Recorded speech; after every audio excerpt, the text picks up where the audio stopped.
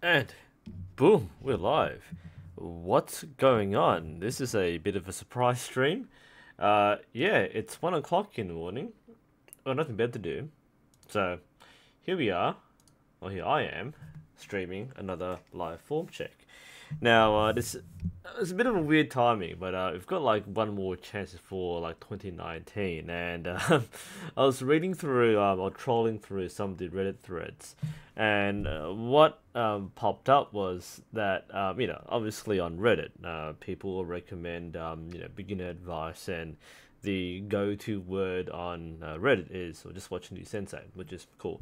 But the funny thing is, let's just change this for a bit.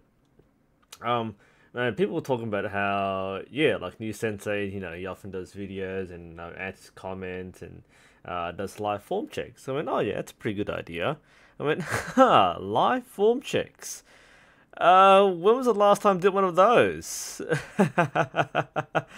So yeah, we have a live form check. I haven't done one of these since August, and I normally try to do one once a month or something, kind of splicing between the live Q&As, and this is where people have the chance to send in videos for me to look at, and I'll give some commentary.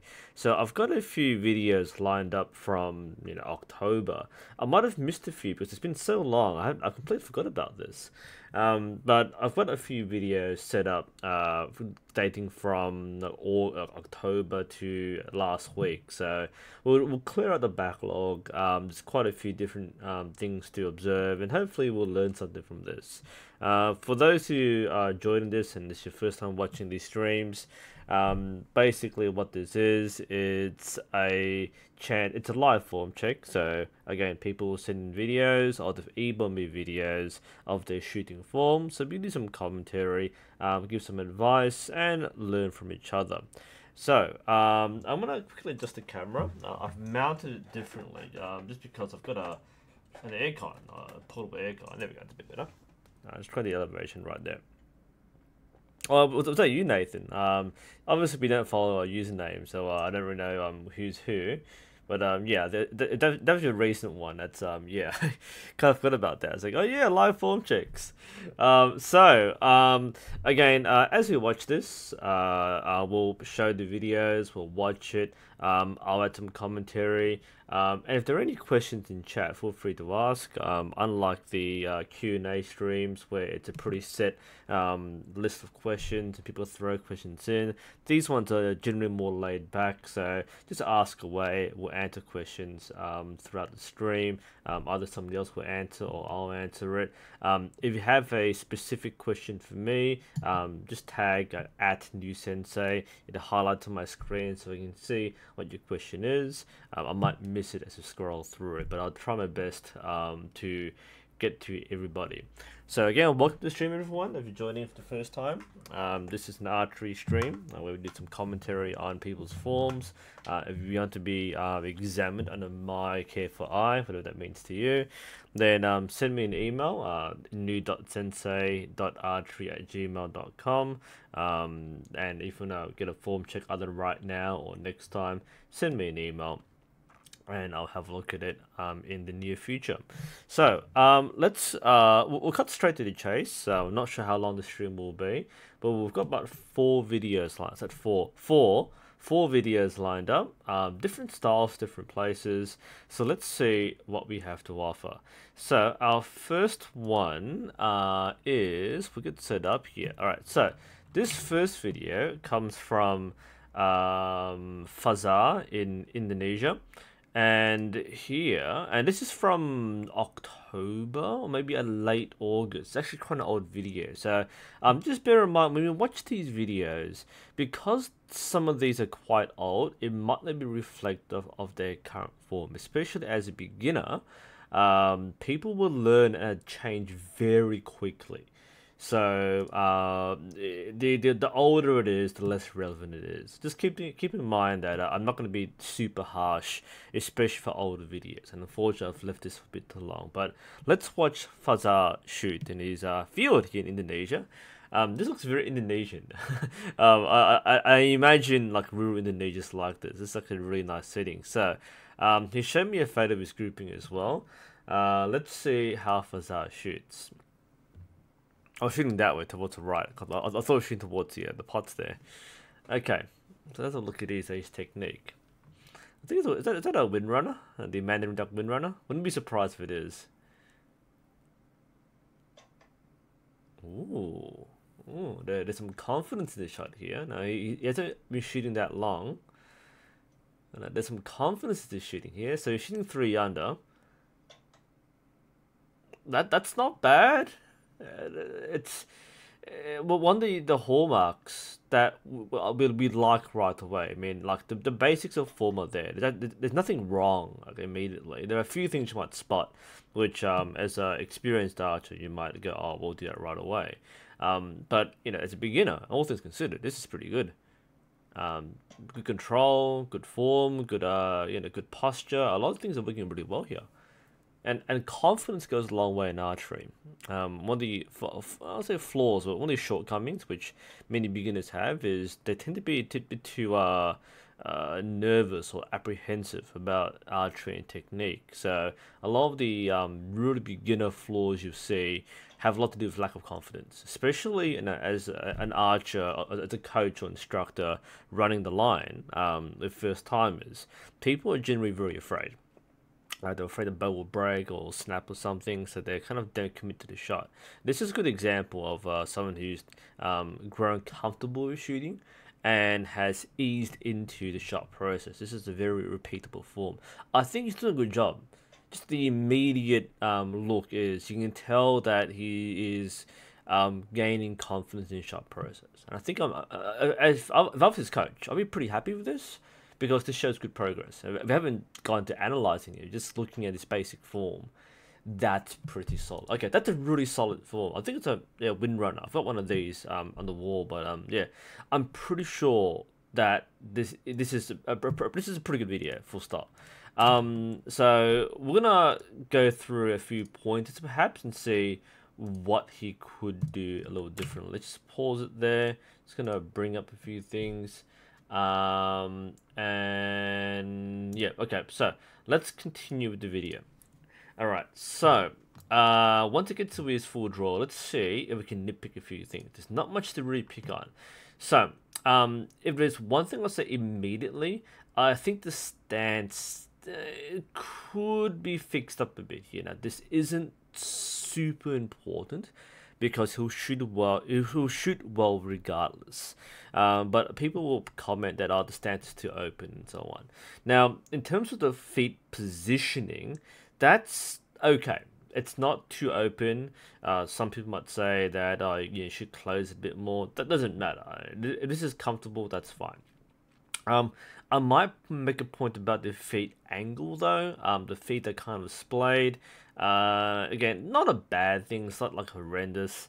I might bring the feet a bit more parallel rather than splayed like this. It's a very small thing, stability. But if you get it right, you feel the shot through your feet much more easily. Not a huge thing for me.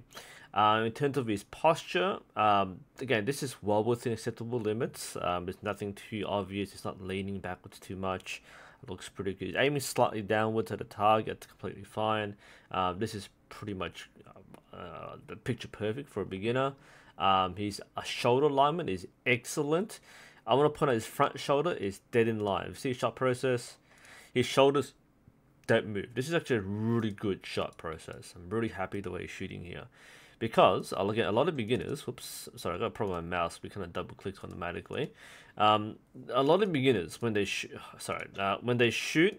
I'll use spacebar instead. A lot of beginners when they shoot, they raise their front shoulder. It pops up. The shoulder popping up is a very common fault because partly because the draw weight is new to them, it's a new feeling, so it tends to come up quite often. It might be a bit of a lean back, but in this case, Fazar is maintaining excellent form. So The shoulders are dead even. They don't go above this point. The elbow alignment is near perfect. This tends to be the case when shooting with the chin, or the cheek anchor. But that's a very good line with the elbow, and that's nearly parallel here. Again, one of the common form faults of beginners is the arm is too low, sometimes too high, but often more too low, which puts the pressure on the wrong muscles. Having a low arm means that the weight on the triceps, whereas having the higher elbow will put more the weight on the back muscle rather than the arm. And this is very stable. I can't remember the draw weight. It's not heavy, which is great because his control is very good. In fact, we watch your shot process. One thing to watch for is if he creeps forward, and this is a sign of being overbowed, is if you lose control of the bow and it starts to creep forward. So if the arrow moves forward or the hand moves forward, that means that he doesn't maintain expansion. In this case, he does. An excellent shot. The release might be a little plucky, wouldn't be too problematic about that. But in terms of everything else, that doesn't move. That's a little jerky there. It wasn't the best shot, but yeah, it happens for everyone. But most shots are very consistent. So all his shooting is it's consistent. I mean, like, I think some people point out the 3 under. It's a preference. Most people will shoot split finger, especially if you're not string walking. Nothing wrong with this, so I'm not going to call it out a fault. If it's working, it's working. So, all things said, the anchor is good, the expansion is good, the grip is relaxed, the arm is correctly aligned. Everything actually looks really good. This is not an absolute beginner. I think he's got a lot more experience than he makes out to be. I think he's doing really well here. Other that, or he's been watching a lot of videos, but he's looking really good. I think most instructors and coaches should be pretty happy with this. Yeah, if there's anything I'd probably point out is the release should follow through a bit more. It's a bit jerky in the release. I feel that that's the one thing you probably need to work on the most in his current form. I think the release is not fluid, so it comes in and it's a bit of a dead release. So I think that he's not thinking about the expansion as much. He has the weight controlled, but the shot is a bit too conscious. And this is more advanced stuff. This isn't beginner like level, like get it right. He's got everything right. It's now the fine tuning. Like this is the part which every beginner will struggle to master the most. It's just this motion here where you want to get the string cleanly off the fingers. And that I think is not a bad release, but it isn't the cleanest release. So that's probably what I will work on the most is have a relaxed release, and you allow the hand to unfold or relax naturally, and the strings are allowed to come off the fingers. If you consciously think about the release, it's going to be a little stiff. I think that's what I would describe the release as. It's a little stiff. Yeah, it's a little stiff. That was okay, actually. Some of the better ones in this set, but it's a little stiff. And the way around that is to focus on something else. It's funny because, like we say, if we focus on the release, you actually don't want to focus on the release. If you focus on it, it becomes a little too like conscious, and you can't release. You consciously think about it. So if you focus on something else, like the feeling of the shoulders come together, the release should come naturally, and I think he's at the level where that makes sense. Now, he did point out the target distance. Oh, did he? I don't think he did. That's his grouping. Nice. I mean, it's good. I mean, he's got quite a few in the gold there. He's got a few flyers.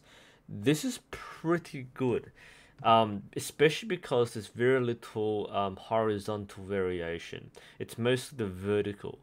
Now, that's interesting because if there's a horizontal variation, that's to do with the release, usually, assuming he's starting in the right place. If it's this spread, that's interesting. What causes this spread?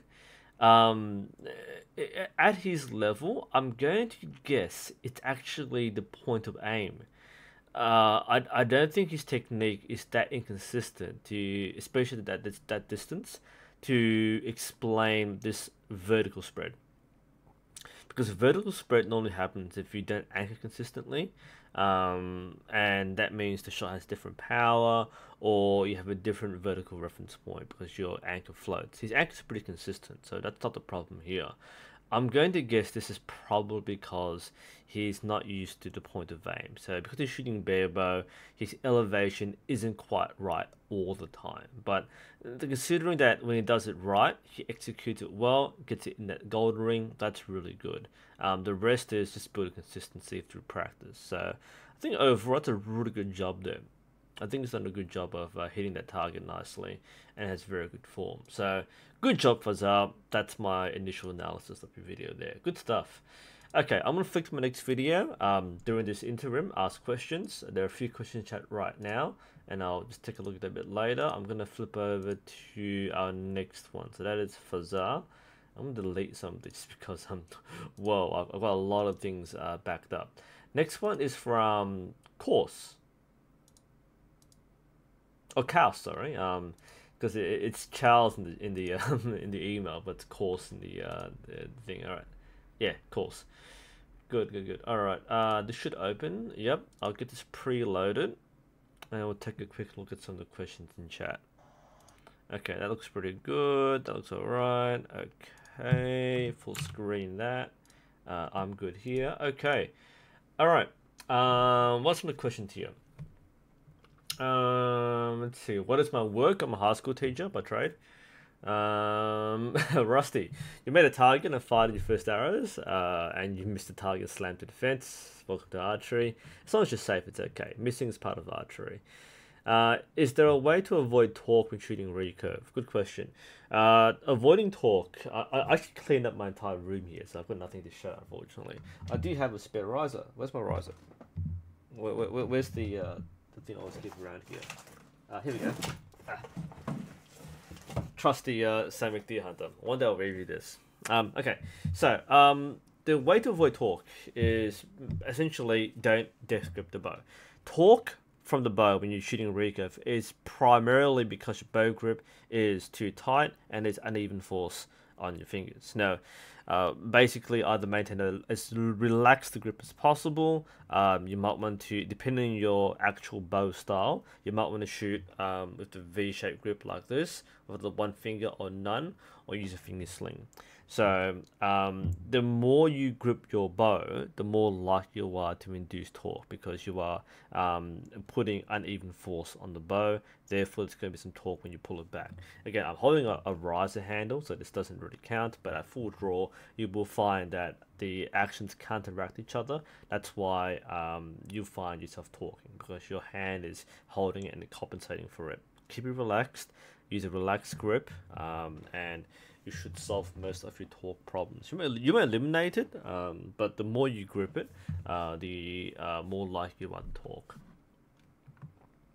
Greetings from everyone, by the way. Oh, Zip, what the heck? It's like 1:30 a.m. What are you doing still up? Oh, it's school holidays, of course. Still, you're a kid, man. You gotta sleep. I should have saved for myself. Been playing too much Yakuza at the moment. Hello from Holland and Argentina, of course. Emilio, hola and welcome, and greetings from Sweden. Charles, how important is an archery coach? Very good question. Okay, archery coach, is it required? No. Will everyone benefit from a coach? No. However, what the coach does is the coach gives you an objective set of eyes which can diagnose the problems you have sooner and provide you with a pathway. So if you do get a coach, and especially if you work well with the coach, and remember, coaching does not guarantee improvement. Coaching gives you a resource. If you can work well with your coach, your progress will greatly accelerate. Now, if you look at the opposite end, if you're self-taught and you have no coaching, no references, not even watching the videos, basically you're figuring it out on your own, and it takes a lot longer, and you might not reach that level of proficiency. If you have a coach, the coach is going to boss you around. There's no doubt about that. Your coach will, the coach will make you hate him. A good coach will give you things to do which you don't like, because the coach will make you do what you think is appropriate to improve. A good example of this, right? I don't do much coaching because like I am officially the club coach. I gained my accreditation, and as the highest ranking instructor, I'm there for the club coach. I've been reluctant to coach because very few people are willing to put the time in to be coached. It's like, well, the club wants me to like propose a program, like an Osmo program or something, and I'm just not keen. Like, I'm not very keen on implementing a program which nobody wants to do. I understand that it's good to have a structured formal coaching program, but at the same time, if people are just weekend shooters, then you're kind of stuck because I'm there. I can make time for people if they want to, but if they don't want to make time, there's no point in having a coach. Basically, it's there free of charge. I'm happy to help people out, but if I'm your coach, I would expect you to shoot at least as much as I do. I try to shoot 3 or 4 times a week where possible, when work doesn't get in the way. If you can only make 1 hour a week, it's almost like don't bother, because everything you learn from your coach will be unlearned the moment you pack your gear up, because you have no way to reinforce it. So that's the thing with coaching, okay? How important depends on your commitment to the sport. If you're ready to commit and you're willing to put in 3, 4, 5 days a week to train, coaching is going to help you a lot, because you probably won't learn automatically by yourself passively. Having a coach is going to give you that experience and that insight, which as a beginner you don't have. Now, if you're an experienced archer, everyone can be their own coach. Having someone else with more experience will help you pick things up a lot easier. But I guess it's like having someone to shoot with. A training partner can be just as valuable if they have more experience, because we're basically doing the same thing. The coach might have a background in sports science and programs and actual coaching, but otherwise, to answer the question, coaching is important if you want to reach a higher level, and if you are willing to invest the time and the resources to reach that high level. That's my answer there. Yep. Nusra, what did you recommend for a 13-year-old? What bow do you recommend for a 13-year-old? Any bow. Depends on what you want to do. If you've never shot before, get a basic recurve. Any takedown recurve, it costs like $100 or something. $150 is fine. If you already have a bow, or if you are getting a competitive set, that's a little different then. But it's just generally not something I can recommend. Is £20 okay for a 13-year-old? Yeah, starting out it's okay. No more than 25. 20 is fine. We normally start our juniors about 15, but 20 is enough to grow into. Sean, you know who? Is there a simple formula that you use when shooting at a target at a higher or lower elevation than the archer? Is there a formula? Is there a simple formula? No. Is there a formula? Yes. Okay, I'm going to sidetrack here because there are several people in chat who's been involved in our discussions about instinctive versus sighted shooting. We've got Space, Sean, you've been involved in that as well. I think somebody else was in the chat that was involved. But in our discussion about instinctive shooting, we said basically, I made a video saying that sight isn't cheating. There is something about sights, which I didn't mention, which actually is cheating. Okay, so what people don't realize, I think sighted shooters know this, but a lot of people don't know this. There are actual programs which you can download where you input your equipment parameters. So your bow, your draw weight, your draw length, your arrow spine, your arrow weight, and all the parameters. And the program will calculate and print out your sight tape. That's kind of cheating. I'll say this, face. That is actually kind of cheating because you're not figuring it out on your own. All right, every sighting method that you use, you have to figure it out. Sorry, whether it's gap or instinctive or with sights, you have to kind of figure out through trial and error and calculation what the adjustment would be. The thing with sights is that because it's so scientific, which makes sense. Just going back the other way, we're trying to like demystify archery so that it's not so exceptional. Because the thing with sighted shooting is we're trying to achieve predictable results. It's very much there's no reason why you can't calculate what your arrow drop should be.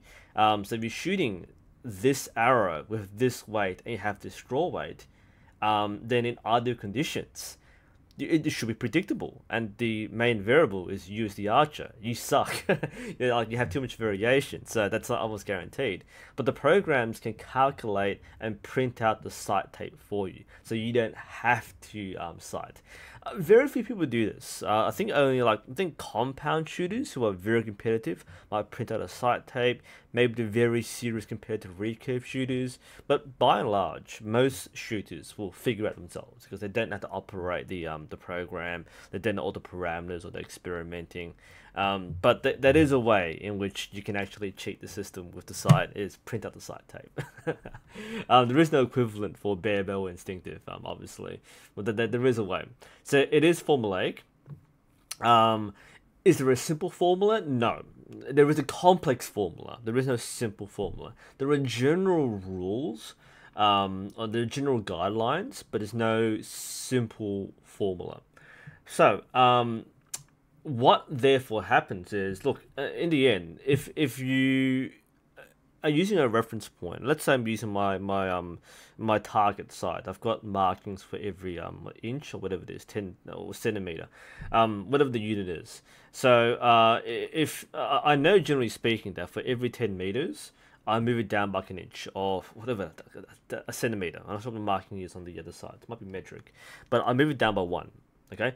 With my current gear, every 10 meters, it's about 1.1 in terms of its increase. So therefore, I know if another distance I move back every 10 meters, then I just move the side down 1 by 1.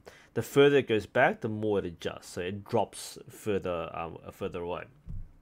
But there is no simple formula. There is a way to figure it out, but there's no simple formula. So we've gone back several times. That's the answer to that question there. It's a good question.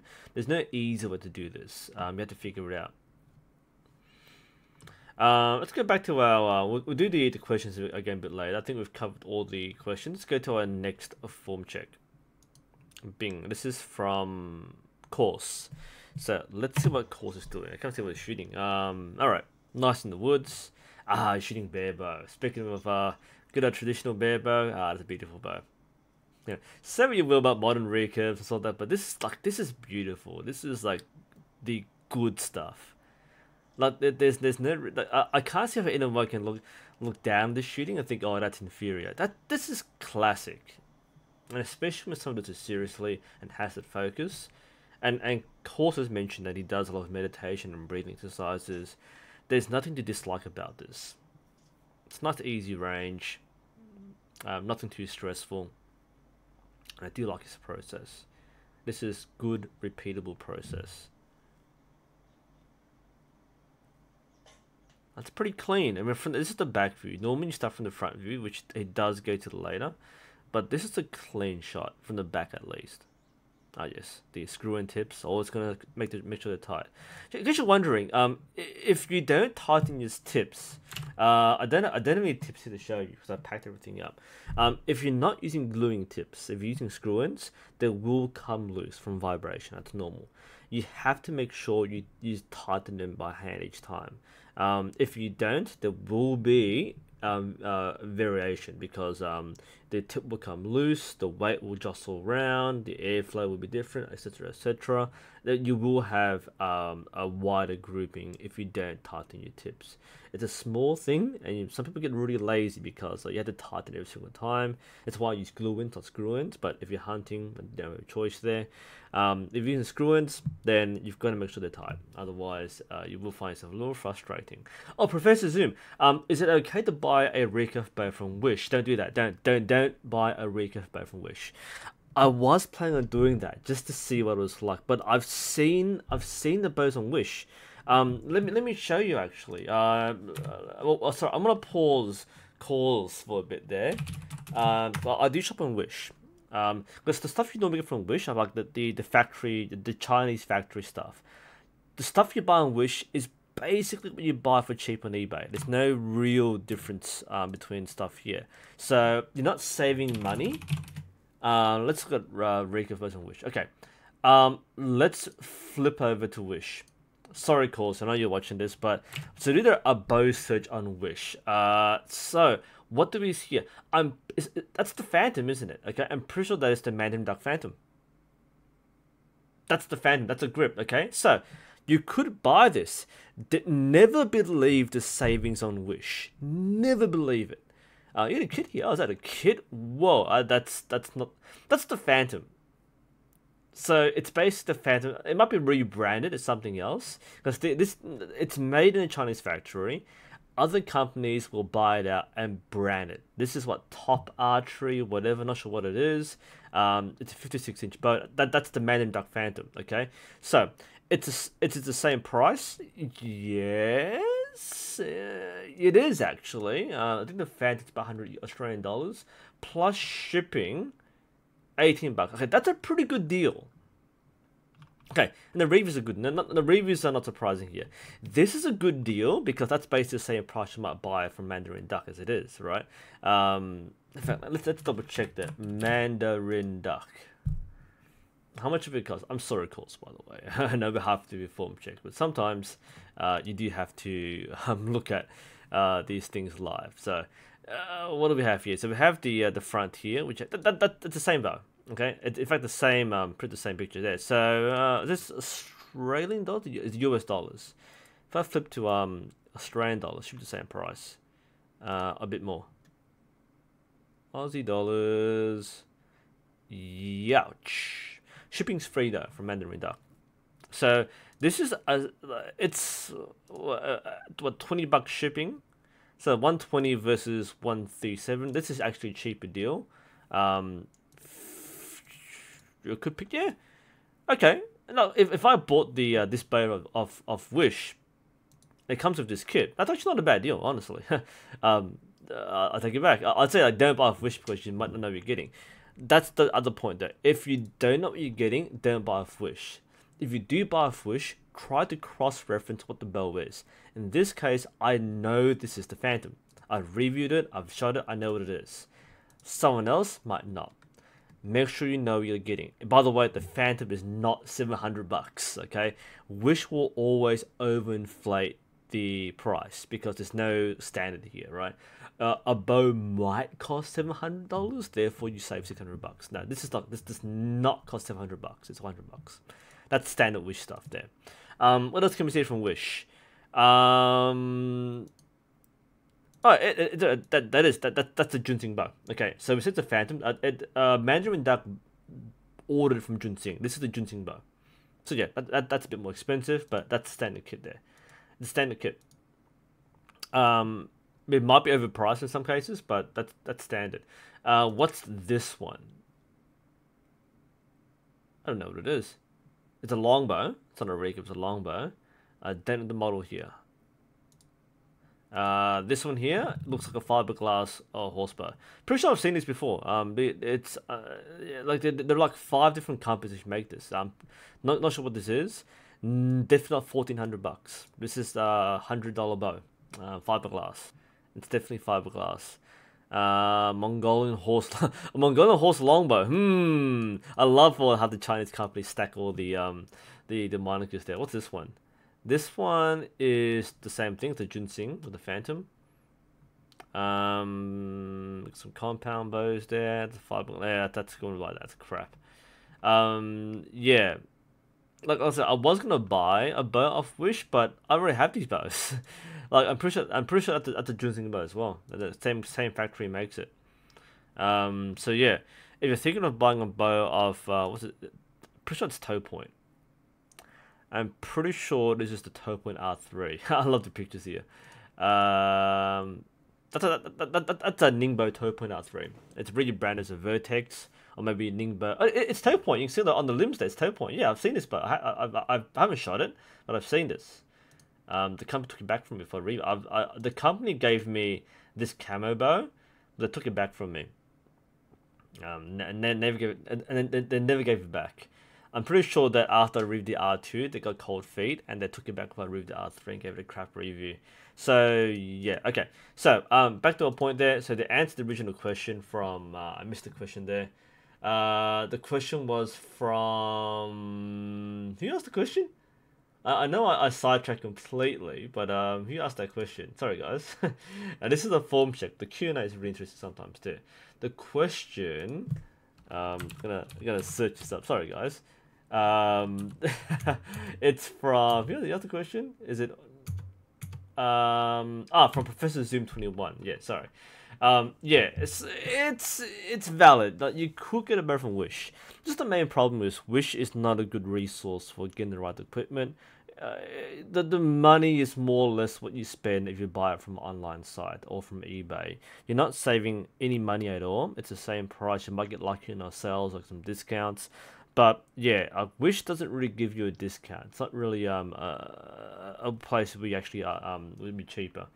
But the bows you get are the same bows you would buy online, which I've actually reviewed. That's one of the reasons why all the Chinese companies send me bows is because they're basically trying to get a better profile online and have more search results. All right, let's finish Cal. Sorry, we just completely sidetracked there. We'll take more questions a bit later, but back to course. So Cal, sorry, course. All right, so see before that his form looks really good, very clean.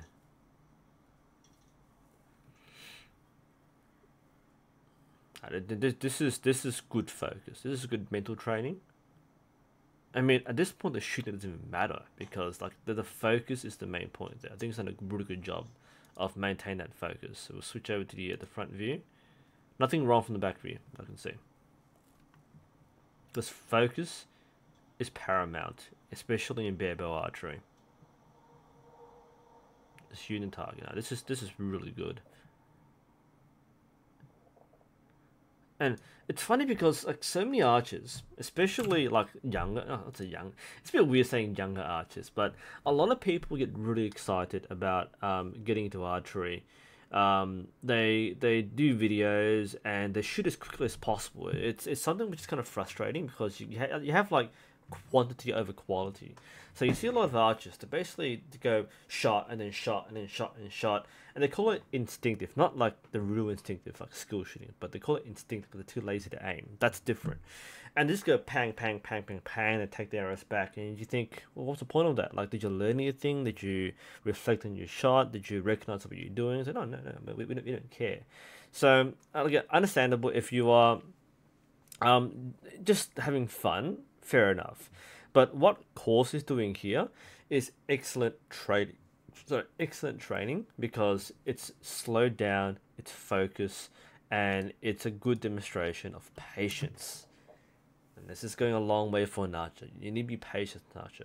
Shooting through yonder, that's completely fine. That's clean. That's a really clean shot. That's excellent traditional form. And I just love how each shot is so methodical. He thinks through it very carefully. And this is probably the empty mind phase. It addresses the target, does the shot. It's excellent.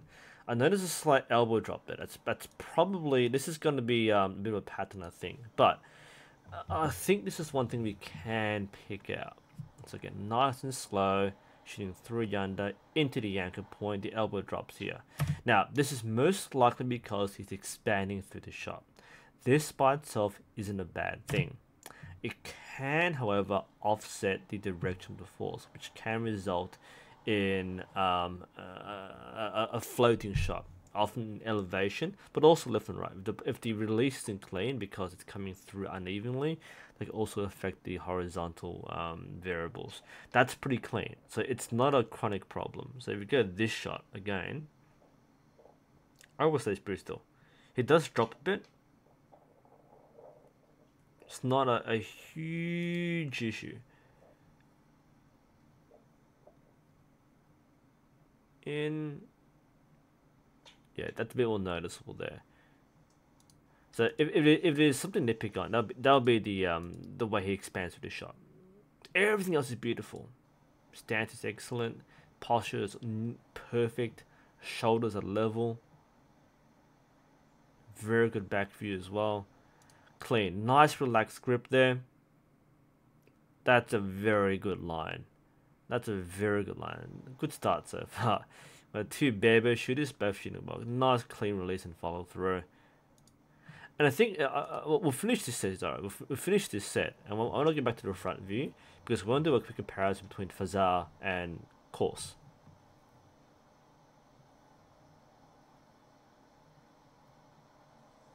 That's really nice. That's clean. Okay. Look, shooting's fantastic. Just keep on doing this. I have nothing negative to say. Any critical feedback? Just keep doing your thing. This is a really good focus shot process.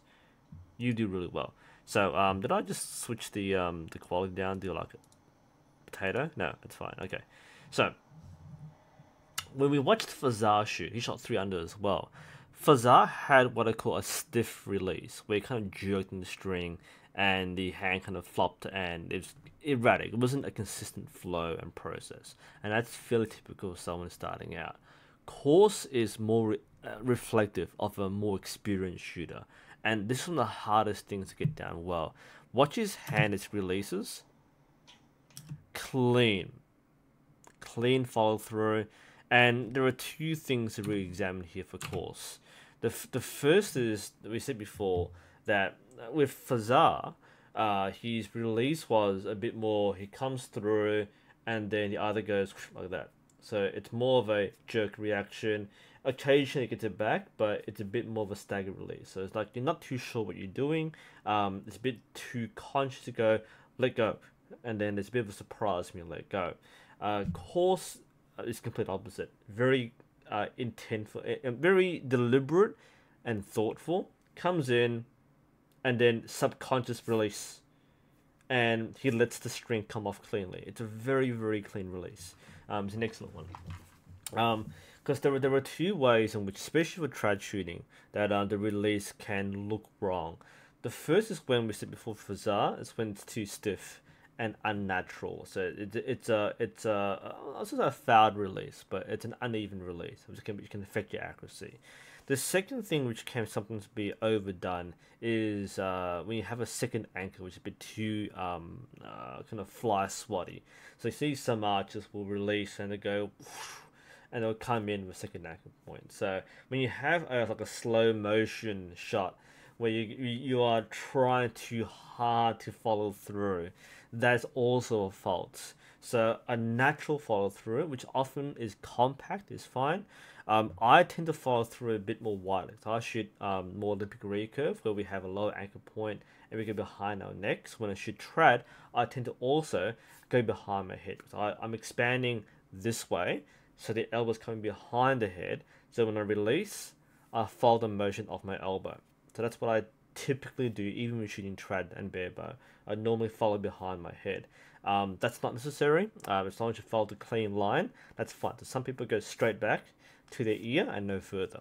I think Course is a great example visually of what should be done and could be done. Again, like I said before, if you are kind of floating around like this or you're going like that, that may be a little excessive. It doesn't really add anything to the shot. It can actually make it more difficult because you are kind of thinking too far in the follow through at the cost of the actual shot execution. But otherwise, that's the second anchor debate. But otherwise, Course is looking really good. That is almost textbook perfect form for a trad shooter. He's worked hard for it. I think he deserves all the praise. That's okay. This to me is something which most archers don't do. We're just too keen to shoot multiple arrows as quickly as possible, and that patience is definitely helping Course in his shooting. You've got to be patient as an archer. You can't expect quick results, not even for sight. you can't expect quick results. That this is good old-fashioned training. That's clean. That's very clean. That is a very good demonstration. I know sometimes people kind of bring it out like, like show me what we're doing wrong and help us out. So far we're seeing people do it really well, and this is a good learning experience we've reinforced on the positives here, and that's really good to see. So that's Course. Let's see. I want to share his background here. So, um, he's been shooting for over 10 years. You can tell. Um, he started at 50 pounds. He was overbowed. Now he's shooting 33, and you can tell he's comfortable with 33. Comes out nicely too. Shooting a 1969 Bear Tartar, excellent, and it has a good anchor point there. Now this is really good. He's done a good job there. He's done a very, very good job. Again, sorry for taking so long. This is back in October, so it's been quite a while, but absolutely beautiful course. You should be very happy with yourself. That's excellent shooting. I think everyone watching will be very happy with that. Let's see. Oh, I should be careful. Oh, that's fine. This works. This is a good video too. I had a quick look at this. This is from Victor. We'll let it load. We'll play it in a moment. This is almost perfect as well. We're seeing so many good videos today. So any questions from chat? I have no fluids, no archery juice. What's wrong with me? It's like a summer, not hydrated. Okay, what are we doing here? Let's quickly scrub in chat while we're doing that. Just ask questions or something. What are we talking about? Yeah, we mentioned the wish bow before. You get what you wish for. We said before that you actually do get it okay. Most of those are okay, but the most of the same, like ginseng bows you get online. What are we?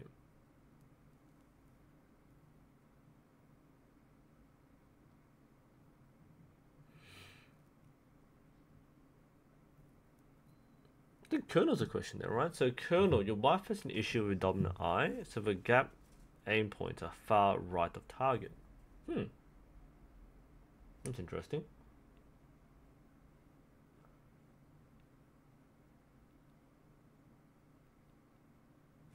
So because of your wife's dominant eye, you have to aim off target. Is that the case, right? And you can't get a sight that goes far enough. I see what you mean. So the sight pin itself can't go far enough. I think that's what you're saying, right? Any suggestions? No, not really. Aim off, I guess. I mean, ideally, you want to put the sight pin in the middle of the target. But if for some reason you can't do that, then you'll need an extra long stem or screw, or you need to find a way to get the sight to come across. I mean, I would normally address the sight issue itself with the eye. I'm not sure what the issue is. It's not insurmountable. You can fix that. But that's an interesting one. If it's cross dominant, that's a bit different.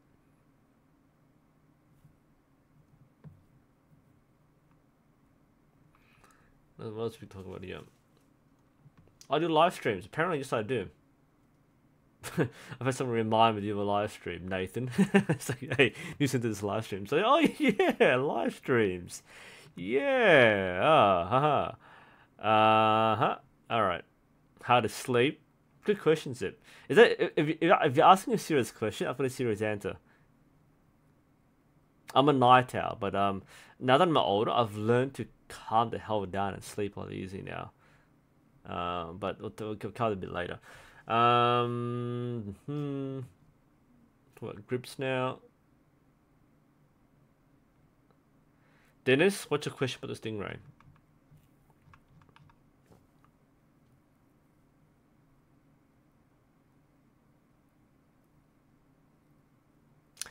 Hello, Barbara from Poland. Glad you can join us. Space, deep finger hooks or shallow? I'm strong on my bows, can't show you now. Define deep and shallow. I mean, how deep are we talking about? Let me string a bow. I've got a fiberglass bow here to talk about.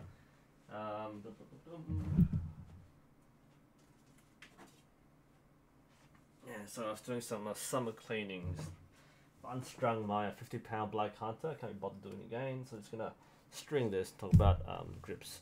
So again, how deep are we thinking of, right? So just putting it objectively, what I'll talk about is probably I'd naturally get towards first knuckle. My actual grip depends on my style of shooting.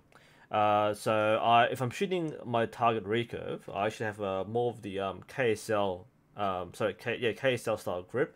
So it's a bit more staggered. Let me flip it around.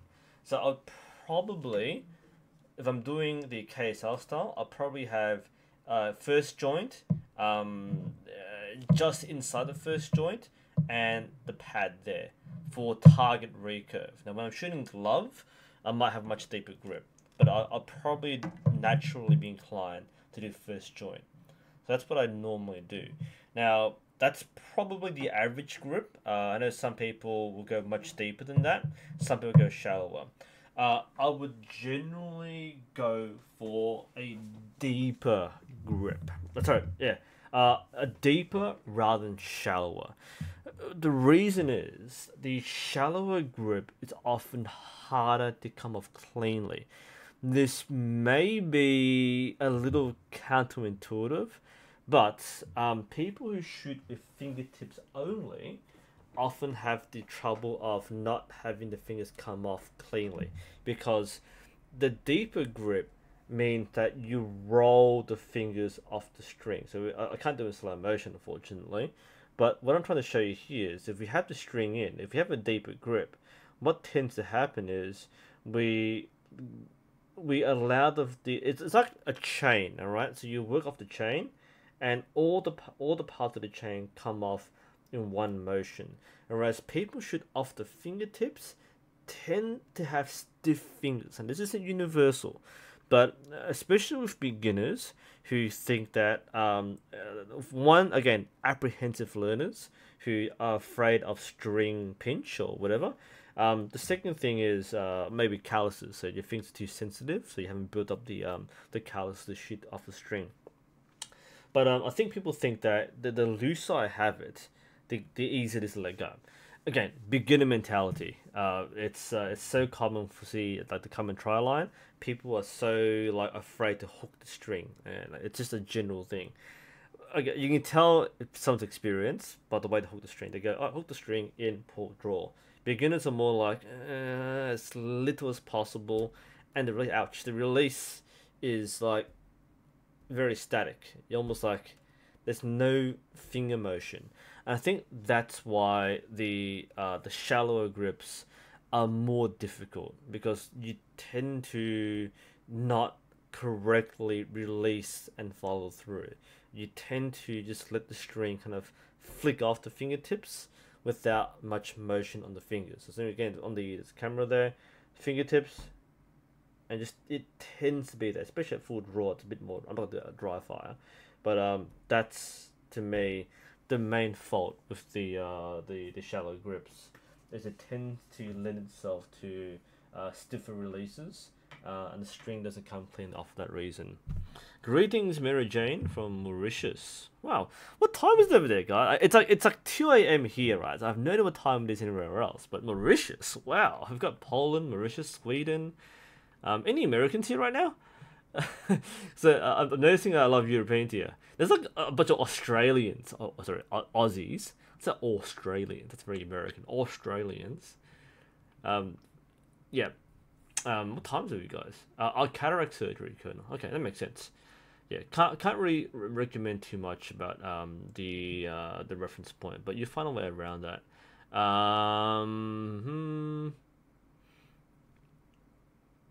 Okay, sorry, Dennis, your question. So you're interested in buying a better bow, currently using a core archery bow, interested in Stingray. As a beginner, would it be a radical move? Which core bow? Talk about like the core air or the core ember, the basic bows. The Stingray is a different bow to the core. The core bows are your standard target recurve bows. The Stingray is what I call a field bow. Some people call it a hunting bow. It's a short bow. That's a more specialized bow. So going from the core to the Stingray is a bit of a lateral move, or a diagonal move. Okay, so what I'm saying is you have like your typical traditional recurves, and the Stingray is a traditional recurve with carbon. That makes sense. So normally you might go from, like, say, the Samick Polaris and then you go up to the stingray, for example, or you go from the southwest spider or the salmon sage, you might go up to a stingray or kind of somewhere around there. The core, you might go up to like a Forge Plus or Forged Alpha, a different target riser. So going from a core riser to a stingray is like a diagonal move. You're getting a better quality bow, but a different kind of bow. So is it a radical move? Kind of. It's completely different. Again, it's not meant to be shot with sights, whereas the core bows can be and should be. So it's a different style and different move. Good bow. No, you'll love the bow. Like, it's a great bow. Easy to handle. Very friendly. Not a learner bow. So just keep in mind, it's more of a diagonal move. That's my answer for you, Dennis.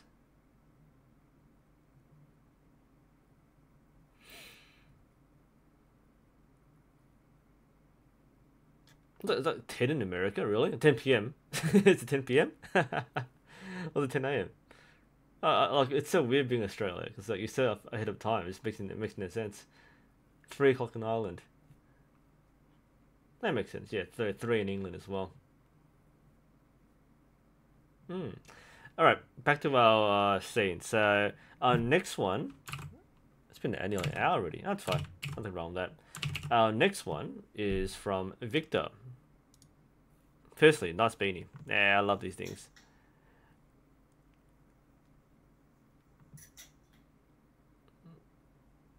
I don't really have anything to say about this, really. It's pretty picture perfect target recurve form. Same size I have to Excel sights. Yeah, if you're going from the core, by the way, that's the bow you should be getting if you're upgrading. Getting the Stingray is a bit different.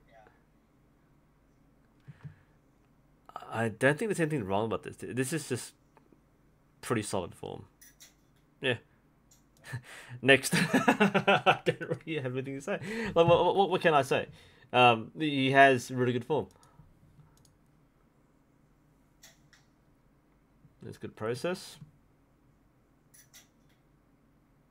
Yeah, it comes through cleanly. No, there's very little hesitation on the clicker.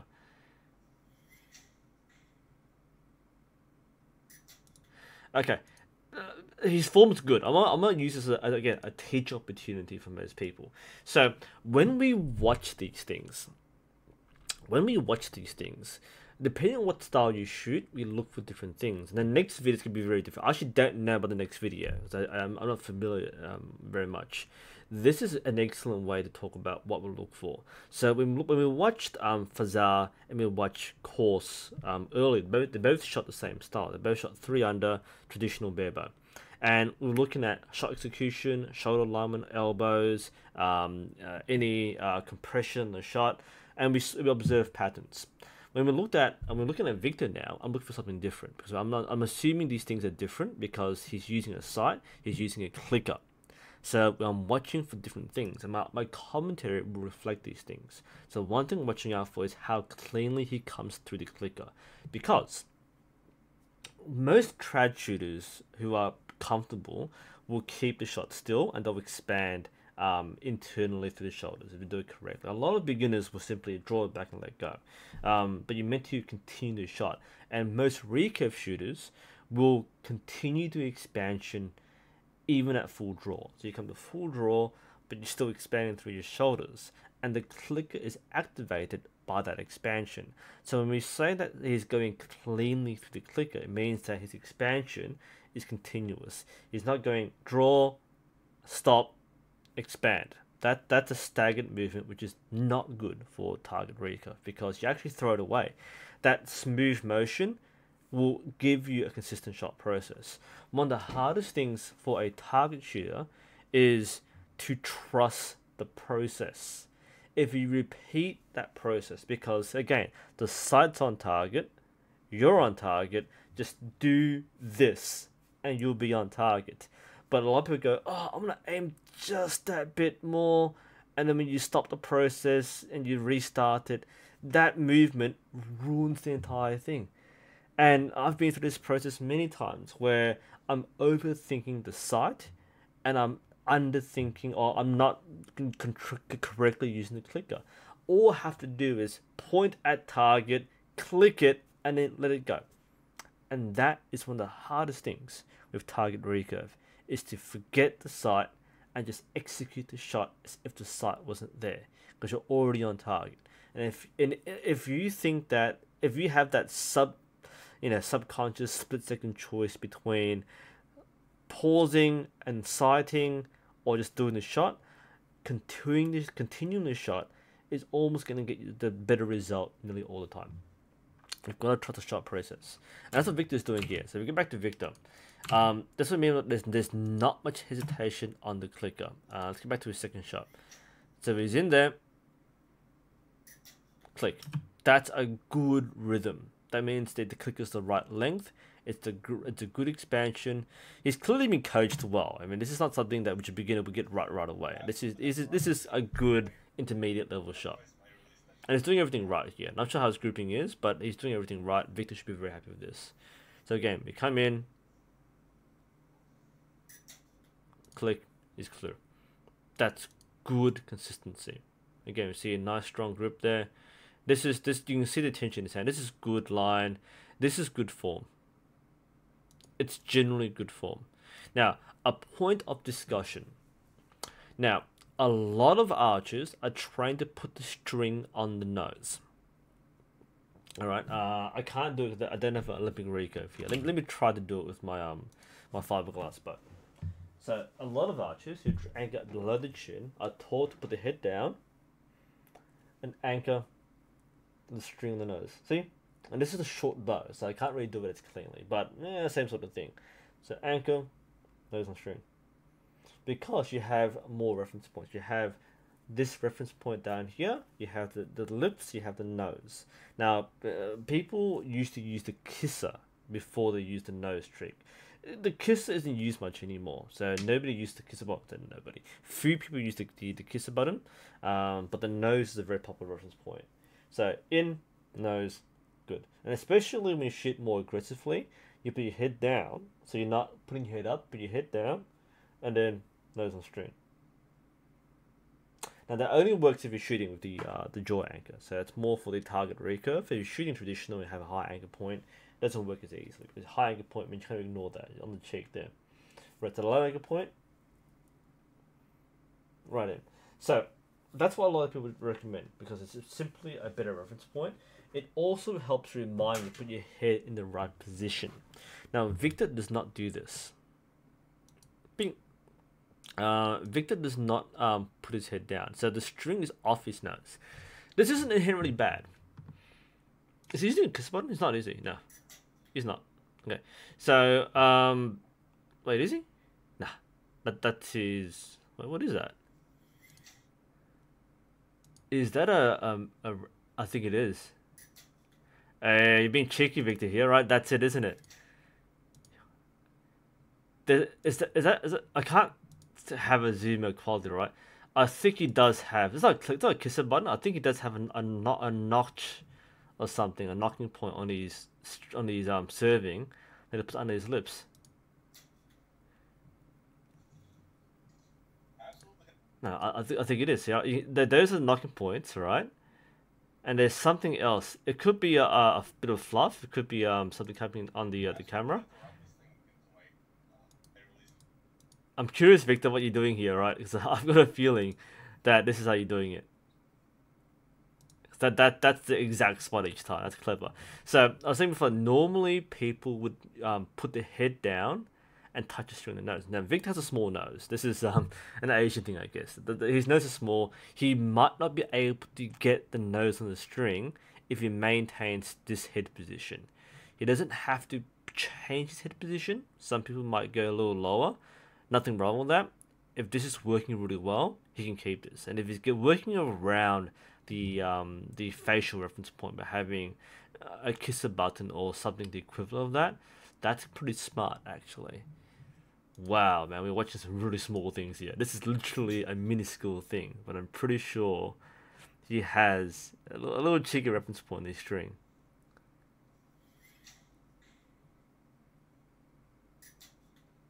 Smooth. Okay, I think so. I mentioned his head movement before. So if you watch his second shot, let's see if he does move his head. And that's a general fault which archers tend to have at an intermediate level. That's not a problem.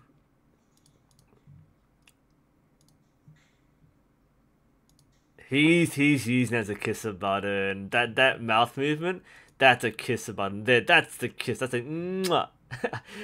Normally, you actually have a kisser button which you actually put between your lips. I think he's actually searching for it there. This is good analysis. It's fun analysis. He's using it as a mouth reference. So no nose point, no nose reference point. It's a mouth reference point. That's what he's doing. It works. So the point being before was, does he move his head too much? Not really. Most archers, most recurve shooters have some head movement. Some don't. Again, you have the picture perfect archers go in and out, and there's no movement there. Some will search for it. The less you have to move, the more consistent it will be. That's just generally, statistically, the fact. You're not going to move that much. But some people need to find that spot to be sweet. And if you need to find the spot, then do it. You know, like it's better that you find the right anchor point rather than shoot without the right anchor point. At least you have some consistency. So that's the key there. So you can see his movement is. I'll try and demonstrate with the fiberglass bow again. So that's a very obvious kisser button movement. He draws, kisses the string, and then he knows he's in there, right? It's like motion there. That's typical kisser button training. And I sometimes do it. I sometimes do it when I'm stressed out. When I'm like I can't feel the right angle, but I might go just to get it right. But it's not, the key is if you do it, it has to be all the time. You can't just do sometimes. It has to be consistent. That's the key. So yeah, looking good, Victor. That's pretty good form there. Can't really fault anything else. Lots of good learning stuff here. Maybe not so much of you, but I mean your form's fine. It's more like why do people do this? We don't come here and say it's wrong. Everything's right here. Nice follow through, good commitment to the shot, consistent technique.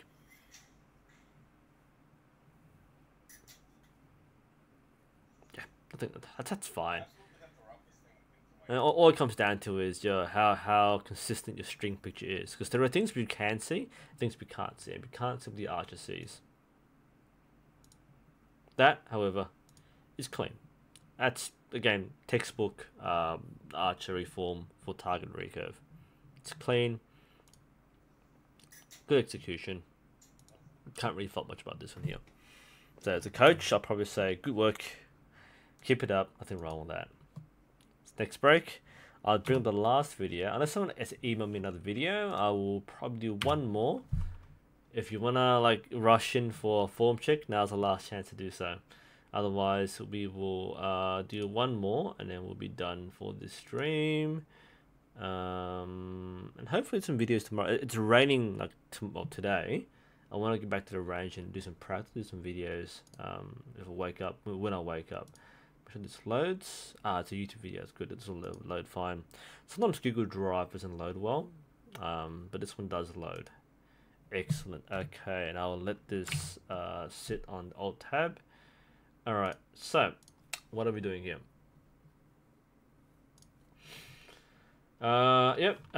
Question time. And then we'll do one more video. And what are we talking about here? Beanies. Yeah, fair enough.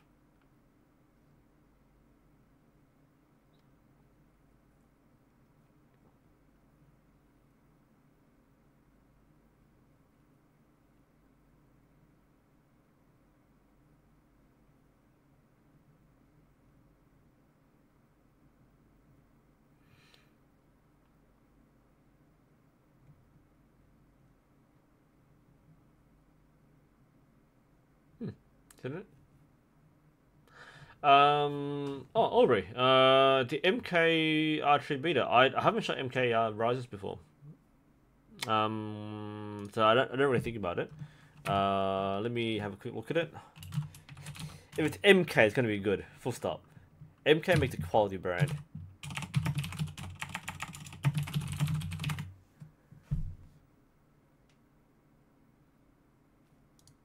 Sexy. It's 2 o'clock in the morning. I said out loud. Yeah, that's a sexy riser. I'll check the Lancaster one. Looks really good. That's a really good riser. Looks good. That's you can tell quality. What is it? $700 riser, $800 riser, US. Yeah, I was being conservative there. No, that's top end riser. I would say $1,000 US, but I thought we call it 800, 900 just to be conservative. But yeah, that's a top end riser. So we can tell quality by looking at it. The hell is that system? What? Wait, what? Why is there 2 limb bolts? Is that Oh yeah, I thought so. It's both IOF all form interchangeable. That's interesting. That's interesting. For those that don't know, Formula is Hoyt's proprietary limb bolt system. It's different to IOF, and normally if you buy an IOF riser, you can't use Formula limbs unless you have an adapter. I've seen them, by the way. One of our club shooters bought an adapter, so you can convert using an adapter.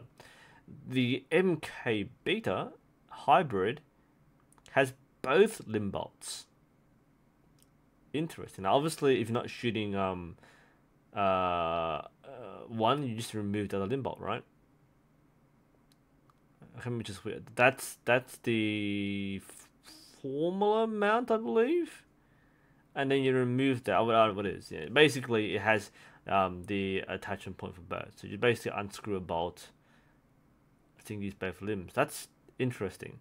It's not really needed for most people, but if you do shoot both Hoyt and like other limbs, then you can flip between both. That's actually really interesting. They're not mass produced. High quality CNC machine. Yeah, and you can tell this is a good bow. Oh man, I really unvalued it. In fairness, I was thinking like what's an American dollar worth, right? This is what 1,300 Australian dollars. But yeah, that's a sexy bow. You can't get wrong with that. MK is a very good company. Woo! Whoa, that was like nice. You have good taste there, Aubrey. No kidding.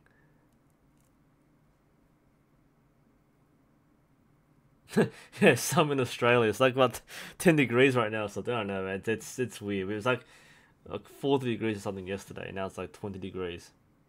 So it's weird. All right, let's do our last video, and then we'll take any final questions. So this is the last video is from Johannes. All right, and he shoots longbow. This is gonna be interesting. My longbow knowledge is like squat. So, hey, those of us in chat who are shooting instinctive longbow, this is your time to shine, people. So I know jack about longbow. Firstly, it's left hand. That's a problem. Okay, I've seen this one before. Okay, now this is my question for any longbow shooters.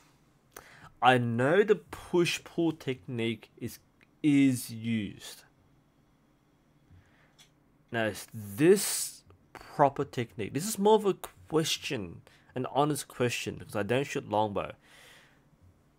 Traditional longbow technique does do this, but is this the correct motion? Because in target form, if you shoot modern target form, this isn't the correct way of doing things. Sorry. Yep.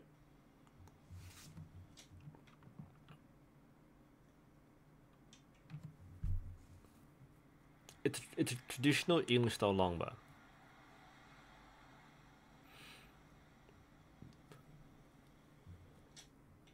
I mean, everything else looks fine, so no problems with the anchor points technique. So it looks pretty good.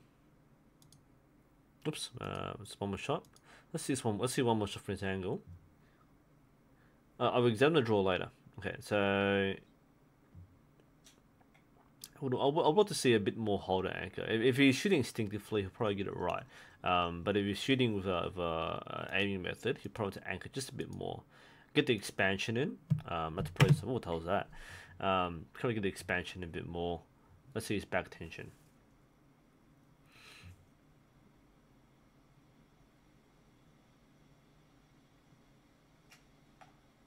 So what I want to see is these muscles will work together and come together.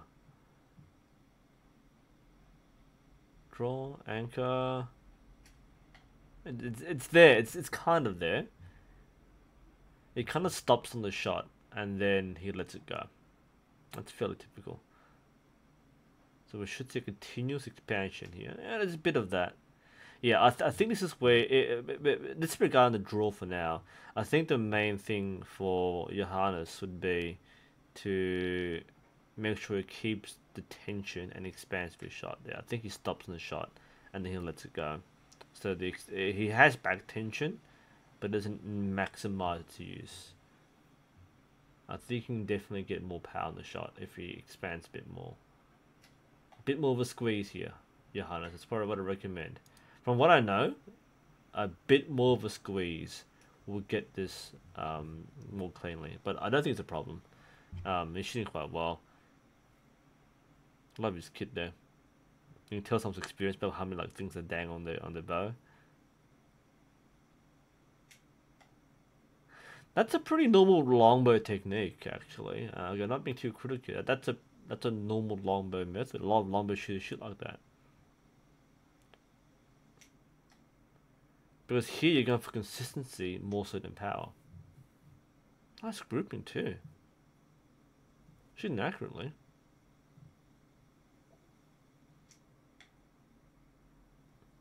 Doing well, doing well. No, it's a repeatable technique.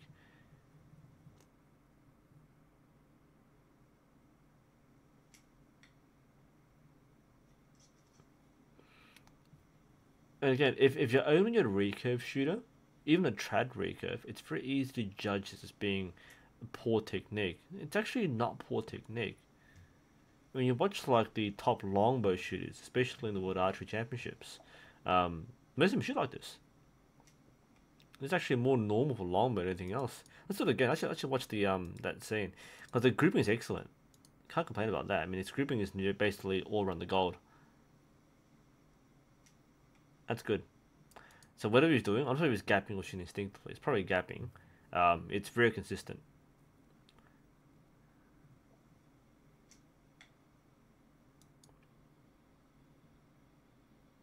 Yeah. To my understanding, the push-pull is... Oh God, I hate YouTube videos sometimes. I think the push-pull is more normal for longbow.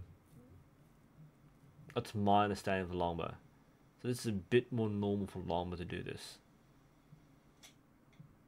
It's kind of how you have to get your body into the draw. And the grip's different too. This is actually really... the nuances is used for longbow is quite good. The grip's very different here. You can't grip a longbow the way you grip a modern recurve. The grip is not a pistol-shaped grip. You can't do V-shape, which a lot of people do.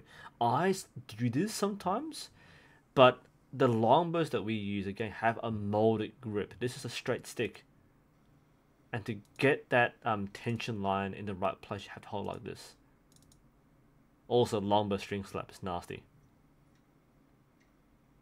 I should bring up my longbow afterwards, like being properly curved again. That's how you meant to do it. It's push-pull. And it does it really nicely too. That string slap is nasty. That's why you always have to wear an arm guard with a longbow. I mean, people who don't wear arm guards with recurves, fair enough, but a longbow, you're gonna hit yourself every time. That's not what... You can see it, actually. Does he hit himself? Yeah, that's longbow for you. The brace, I'd say, short these things. It's a good one to watch. Okay, this is a good learning experience. But I think what he's doing here is a repeatable form, and is doing correct for longbow. So, any comments? Again, I'm not the expert on longbow. But from what I'm seeing here, it looks pretty good.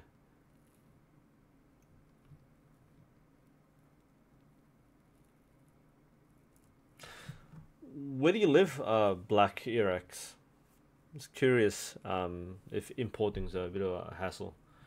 Yeah, I think Johannes is fine. Like again, I think the primary mistake that we can make as the observer is to think that it's wrong form. I made a post on my Facebook page about this, how we shouldn't assume that form is wrong if we don't know what it is. To a modern archer, this is wrong. You don't push out.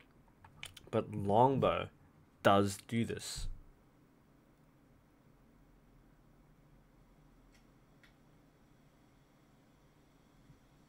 No, I think you're fine. Like I said, from a modern archer perspective, like more back tension is might be desirable. But again, this is the sacrifice which longbow shooters have to make is if you're trying to hit the dot on target there, you don't want extra movement, so you tend to draw the anchor point and let go with your anchor point. And that should be fine. It's clearly working for you. And to that extent, if it's working for you, can't really fault it, can I? So yeah, good work.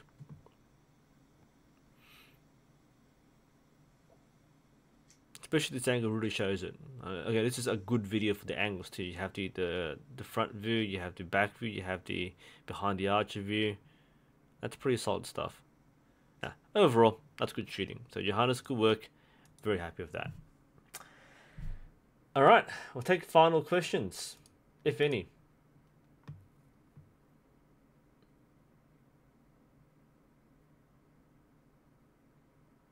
Yeah, is the bow arm misaligned? Because he's shooting downwards too, so that's why I didn't pick out too much. Is his bow arm aligned? Let's go from the back view.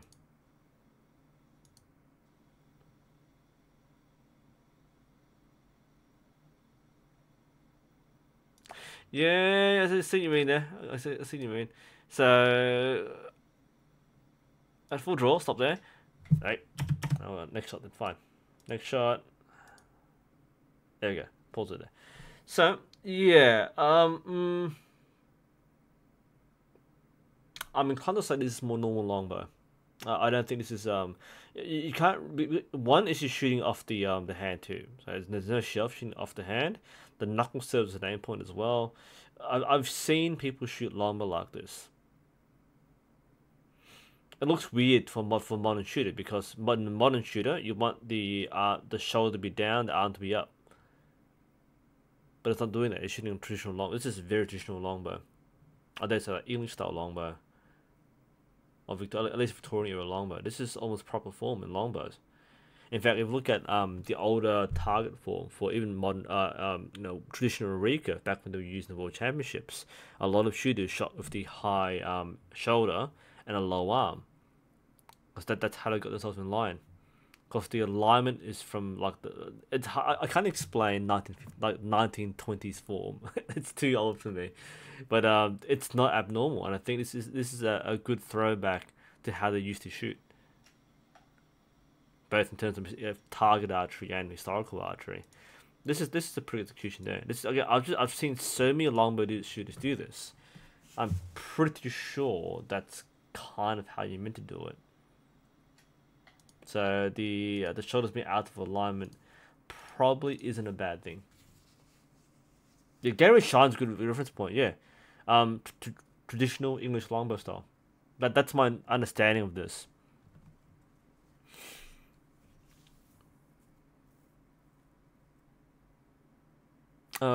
Dallas, you're new to archery, shooting a Samick Sage with no sights. What's a good sighting method?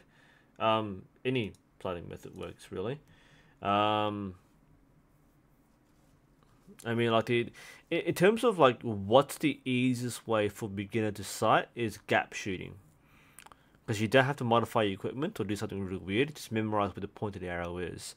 When you use the point of the arrow as a reference point, you're basically gap shooting. So yeah, learn the gap or shoot instinctively, but you eventually want to aim. Gapping is the most basic and easy to learn sighting method.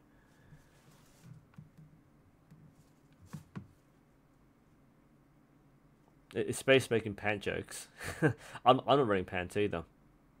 I'm wearing shorts. Summer, damn it. All right. Was the question Zihan? Zishan? What do I recommend for target? If you're buying a target, foam. If you're making a target, carpet works. If you have like strips of carpet packed very close together, that can work as a target. A lot of DIY materials work well. Make sure it's just very dense, because you want to stop error going through. Obviously, things like wood chip material can be used if it's packed very densely. Plastic that's wrapped and packed very densely works too. Once it starts opening up, that's bad. But anything that's packed super dense, including things like wood chip material, plastic wrap if it's really dense, carpet if it's really dense, will work with the target.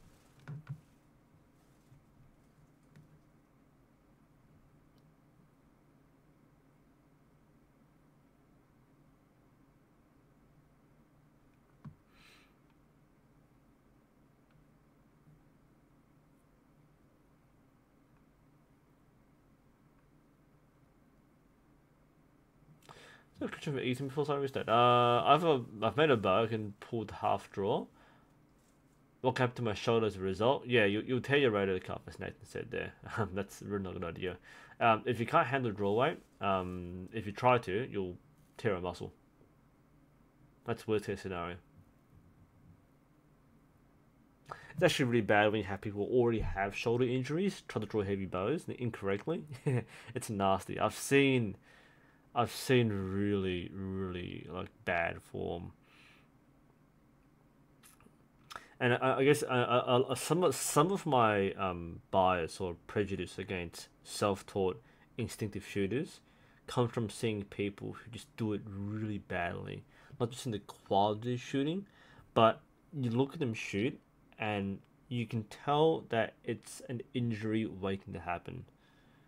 Nothing that I hate instinctive shooting or self-taught shooting, but like when people like it's that self-righteousness where they'll say they're shooting instinctively, and they'll say they don't need to be taught, and they're shooting like this and they're lobbing arrows. Like I remember, it was very early in my archery career, like in my first year, where we had a visitor at the range, and he had a Martin Jaguar, and like he was shooting. At what 50 meters, he was shooting what bent arm, high elbow, half. I got a bow. I'll show you. It was like so. You just couldn't fathom. As a newbie back then, I couldn't fathom it. I felt like an asshole, pointing out he was doing it wrong. And a lot of people rocked those. Now we don't have randoms anymore. We used to have a lot of randoms back when we had targets in the open. Now that we removed all the targets, no one turns up anymore, which is fine. I'd rather have that because there's a liability. But you see a lot of randoms. You just couldn't shoot for shit, insisting they're doing it right. And this guy wasn't like, it wasn't arrogant, but he was shooting like this. So bent arm, high elbow, half draw, and then just let go from here. That's basically what he was doing this at 50 meters, and it was like a 50-pound Martin Jaguar recurve bow, so it wasn't that heavy. I mean, it's heavy for a beginner, but yeah, he couldn't draw it back. There's no he couldn't pull it back more than this, and that's no way to shoot. As a bit of a I don't want to keep on harping about what's wrong on how you shouldn't shoot, but this is not how to shoot. That's basically tearing your rotator cuff one bit at a time. Like that's gonna go. You do this, that's gonna go. So that's my over advice. Is yeah, it's again, if you're self-taught, then you've got to make sure you're doing it right. Don't try to draw a bow too heavy. Otherwise, sooner or later, you will get your shoulders hurt. Oh, thanks, man. You like my mustache? Well, thanks, man. Thanks, man. I've seen some Wolfie. He's really good. Very fit guy, man. He's is he the one who did the back tension video? Cause damn, he's strong. I mean, even Gary Shine is a super strong guy. Like, you know how old he is. Like the fact he shoots heavy like bows is incredible. Like these are super fit guys. Honestly, right? And I'll join sides of your space is that look, you can see like the really hardcore, dedicated, traditional instinctive shooters, they are fit, and us like pansy like target rig to shoot like once a week, we're nothing, we're like noodles. These guys are like huge. Someone asked for like how much should a competition recurve shooter shoot a week? Aim for like a ideally, 1,000 hours a week. Ideally, if you can't reach that, then as much as you can. But it depends on how many days you train, right? If you can shoot like 100 hours a day, you're in a good spot. So try to do 100 hours per session.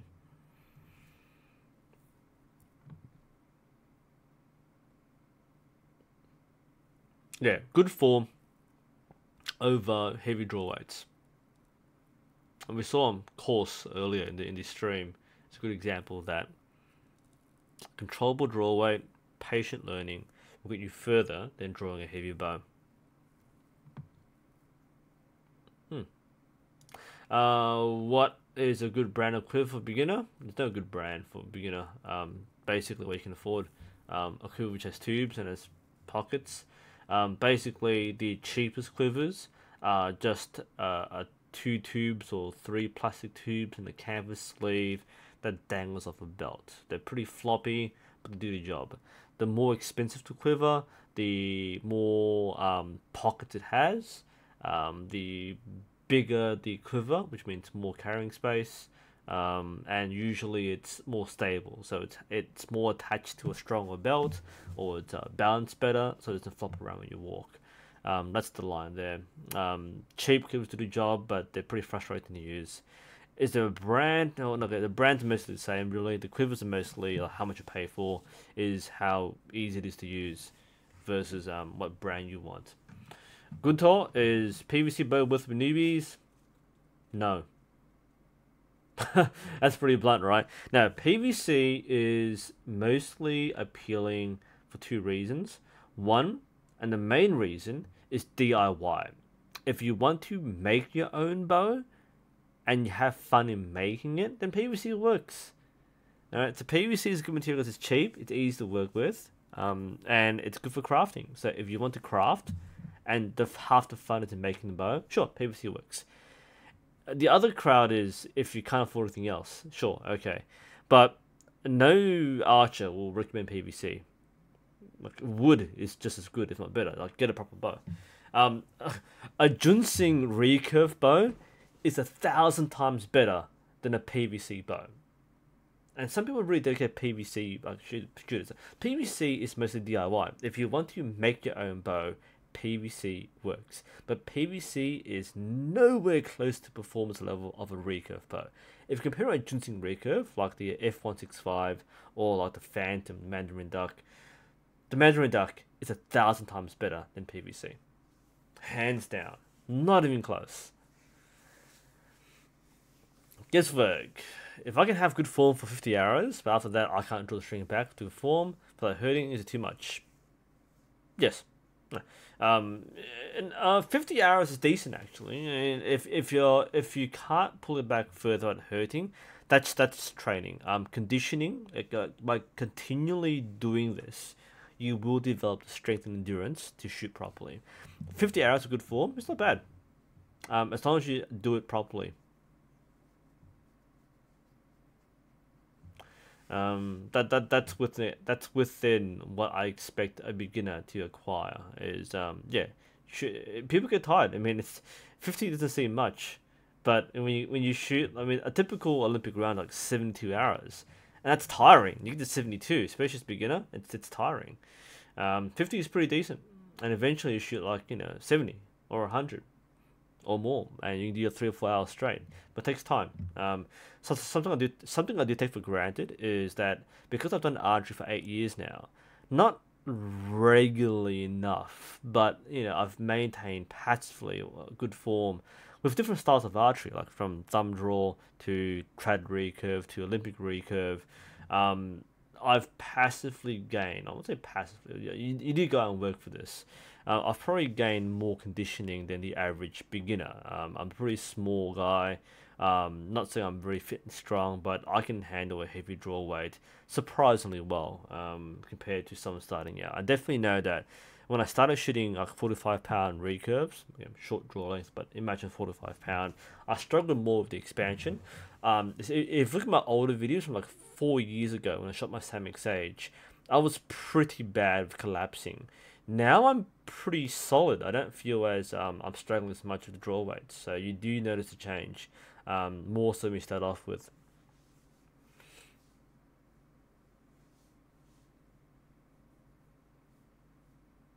Yeah, it's Ethan said, like PVC isn't for performance. If you want to make it, it's fine, but you don't shoot it for performance. And a lot of people actually have a very bad first experience because the PVC bows are crap. So you can definitely use it, but it's not a quality bow by any means. Sandra, why do you recurve shooters not use short stabilizers on one side? From what I understand, the compound bows are very unbalanced off to one side. One reason, the sights are normally heavier. The rise itself tends to be very heavy, and because there's more focus on a torque-free grip, so rather than having perfect balance of two stabilizers, I think most compound shooters don't need the equal balance because their grip and the bow itself is sufficiently balanced to compensate for the tendencies to tilt either way. So recurve, because you grip it differently, you kind of need more of a centralized balance. Some people do offset it, but most people kind of centralize the balance with having two short stabilizers. Compound can get away with one, just because they don't need the second one for balance. That's from what I understand. Not very clear, but that's what I understand from compound. Yeah, don't overshoot. If it's your fingers, yeah, take it easy on your fingers. If your shoulders hurt, take it easy on your shoulders. Fingers will heal, shoulders much harder to recover from shoulder injuries. PC Nighthawk, have I done that already? I've seen one, I've held one. The Nighthawk is basically the same Sage, but it's something else. It's the equivalent. Or is the Nighthawk the Southeast Spider? It's the same bow. It's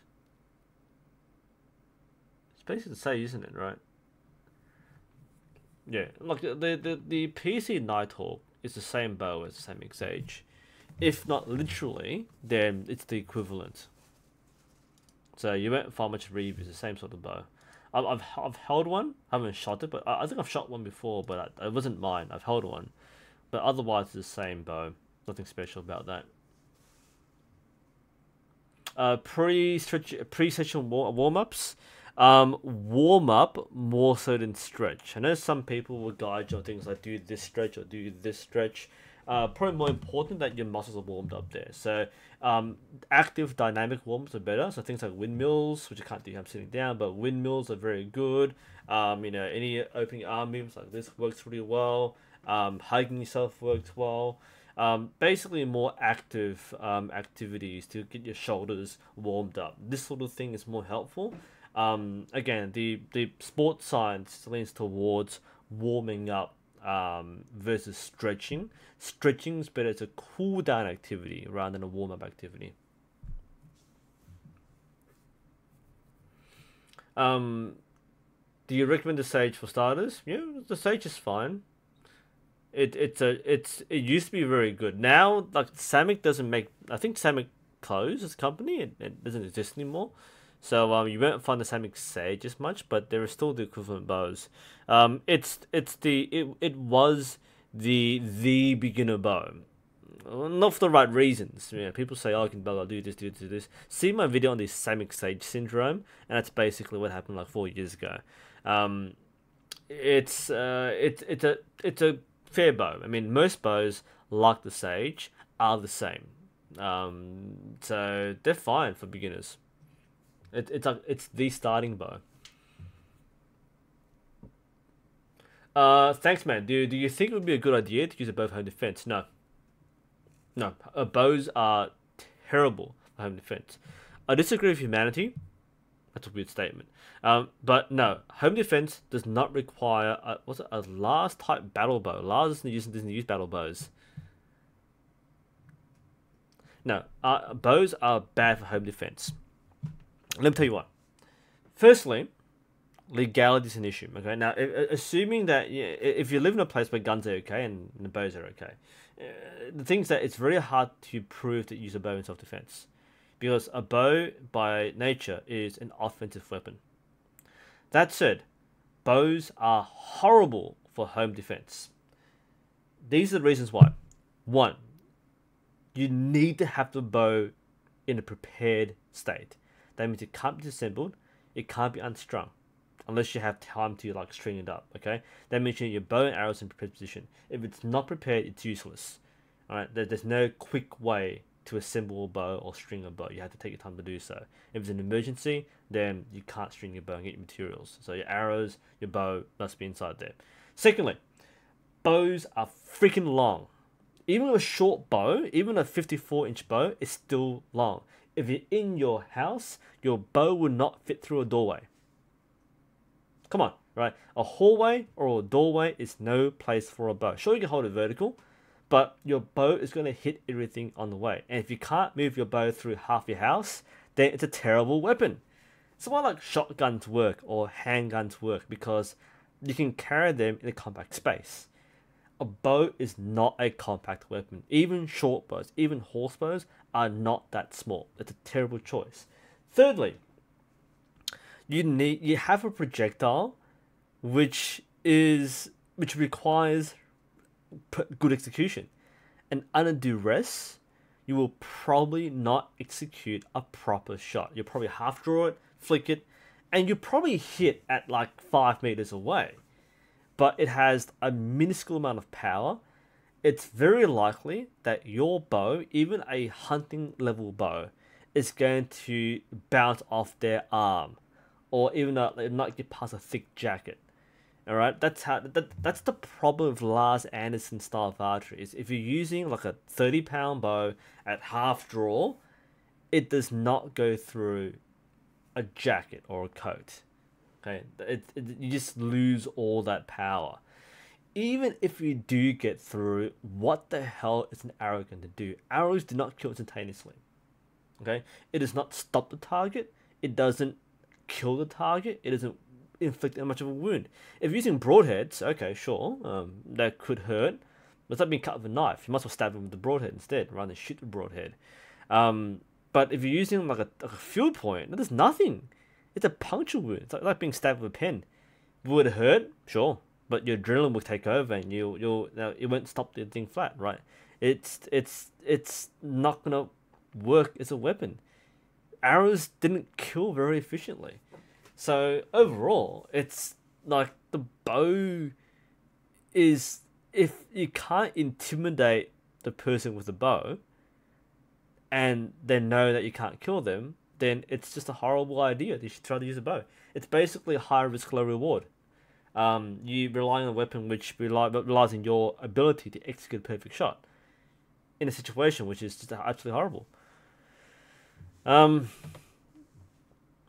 Crossbow home defense, it's more viable, but man, crossbows aren't small. Crossbows are big. Like a crossbow is, if you're shooting like a recurve crossbow, even a good, effective hunting crossbow is like a rifle in size, and you can't fit it through a doorway. It's really awkward. I mean, it's unless you have a good environment where you can use it, it's terrible. But remember, bows are ranged weapons. They're designed to be used at range. They're not close quarters weapons. Forget this Lars Anderson crap. I'll say it now. The Lars Anderson crap is not meant for close quarters. It's meant for trick shooting, when you have target dummies which don't fight back. In an actual dynamic scenario in your house, bows are terrible. They're too slow, too clumsy, too long, too ineffective. It just doesn't work. Small crossbows, potentially, yes. But geez, like, if you have a gun, guns are better. If you don't have a gun, basically anything else is better. You know, like a kitchen knife, an umbrella, a walking stick, basically anything in your house which you can grab that you can use as a weapon would be a better choice than a bow. Bows are just damn clumsy tools. They're meant for long distance. It's terrible for your house. I'll say this, like, I respect firearm owners, by the way. Like, I'm not anti-gun, like, in terms of, like, all guns should be banned. But if you have a gun and you're responsible in keeping your ammunition and things safe, shotguns are very good for home defense. I'll say this just because I'm not an expert in this. Two reasons: one, compact, they're easy to carry, store in your house, and bring out when you need to. Two, they don't require precision shooting. If you have buckshot, point at general direction and pull trigger, and the intruder is a past tense. Three is intimidation factor. The click of a shotgun or racking if it's pump action, especially the sound of a shotgun is terrifying. You're probably not going to stick around if you hear that that of a shotgun if it's pump action. But like the point of home defense is you really have to use what's effective, right? Not fancy, but effective. That's the key. If you have the gun in your house, a handgun or a shotgun, that is far better than a bow. I'm pretty adamant about this because I don't want people to go home and think, oh, I can train archery to protect my house. Hell no.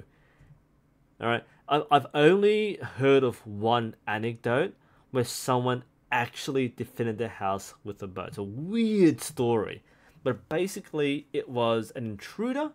There was a person sleeping in their living room that had their target Olympic recurve strung up, and they used it at night time to intimidate. And the guy like bolted because you basically saw this chick with a bow pointed at the guy. You bugger off. And again, the reason isn't because the bow's effective, but because you don't rob someone who's going to fight back. Because that's not how burglars work or robbers work. People will break in and go for easy targets. If there's any risk to the intruder, they're probably find somewhere else. So that was the only time I've heard of someone actually defend their house from an intruder, is intimidation. As an actual weapon, bows don't work that way.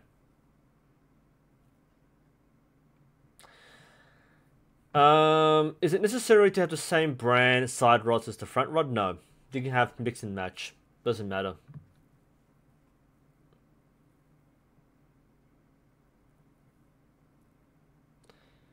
Yeah, bows are better for hunting.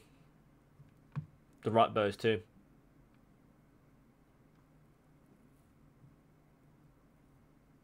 Which veins do I prefer? I haven't used the case. I've got the jets, but I haven't used them yet. If I use veins, it'll probably be excess wings. I just like the durability a bit more.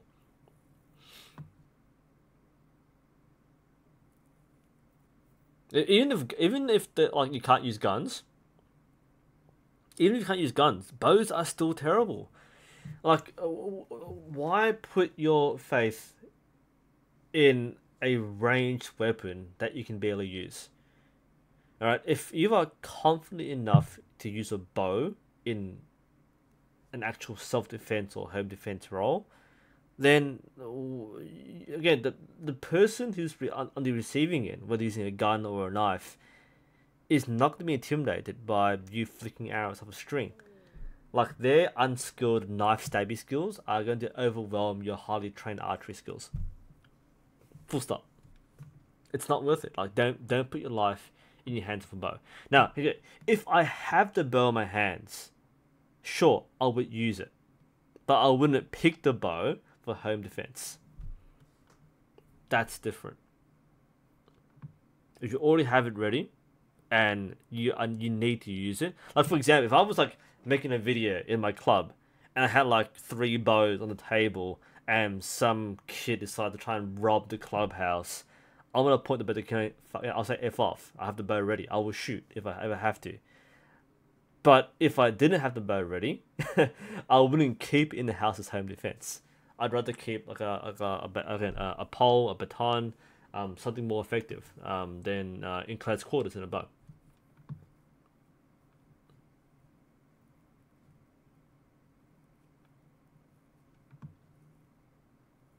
Yeah, swords can be. If you have a sword, even better.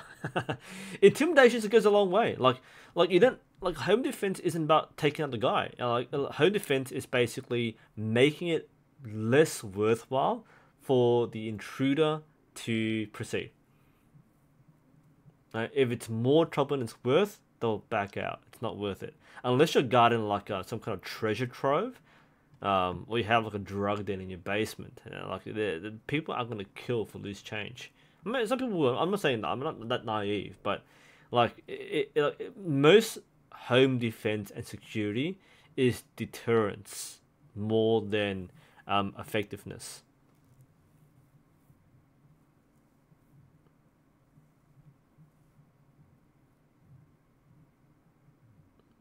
No, did I miss something before? Oh, the flatbows and longbows. Yeah.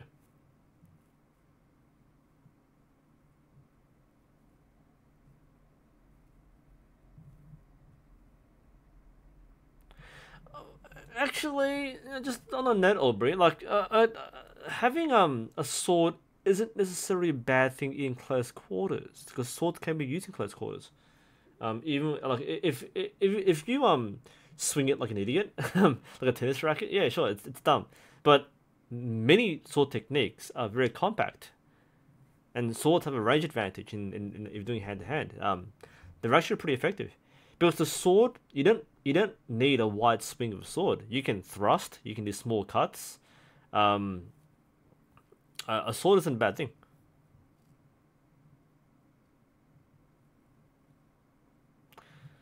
The things that you need to have training with the sword. Like if you don't know how to use a sword, then you're going to go back on instinct, which is a swing. People, most people, instinctively swing. If it's life or death, fight or flight, the human reaction is to swing. Wide, aggressive motions, not small, compact. Small, compact motions are a sign of discipline and training, whereas instinctively people swing. Very, very few people, if ever, will instinctively jab. If you have an untrained fighter and they go whoa, whoa, whoa, whoa. Same with sword, they'll swing like a baseball bat. Um, and for that reason, like a two-handed sword is probably the best weapon for a beginner because they'll just like cut things like that. But properly trained, it's easy to fight in compact spaces. But you require training and discipline and a cool head. And yeah, home defense, sharp kitchen knife, pair of scissors. Anything, even your bare hands is better than having a bow. And that's what the point I made with the bow melee videos is a bow itself is probably a worse weapon in melee than using your bare hands. Zombie apocalypse. With respect to my compatriot Skullagrim, you unscrew the pommel and you throw it.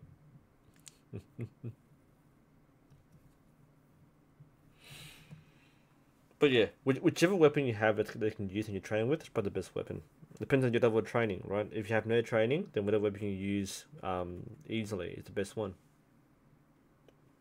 Not a knife. Knife is if you don't know how to use a knife properly, knife's a terrible idea because you're more likely to hurt yourself. If you have no training with a knife, you're more likely to hurt yourself. Yeah, exactly, Nathan. Now, wide swings wouldn't work. I said people who aren't trained are going to resort to wide swings. Sorry, this is an archery channel, so we don't use swing, we use string, right? Wide strings. Yeah, untrained people will swing instinctively.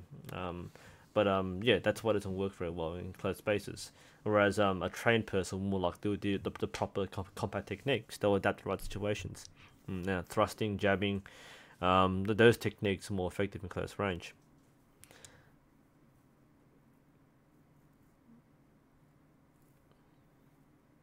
Humanity, right hand bow for hunting using left side arrow rest, or right hand bow for hunting using right side arrow rest. Huh? What's the scenario here?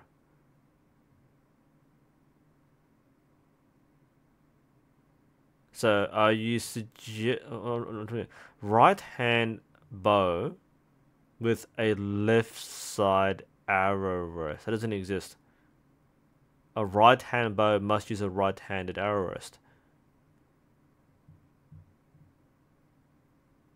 So if you're shooting thumb draw style, you're basically shooting a left-handed bow. If you're a right-handed shooter, that is, you're basically shooting a left-handed bow. You can't have a right-handed bow with left-handed arrow rest. Unless you put it on the outside of the bow and it's off center, like what bow you're using here, right? If it's a right-hand bow, that means it's center shot. And with center shot, you put the rest on the outside, it doesn't work because now it's way off center.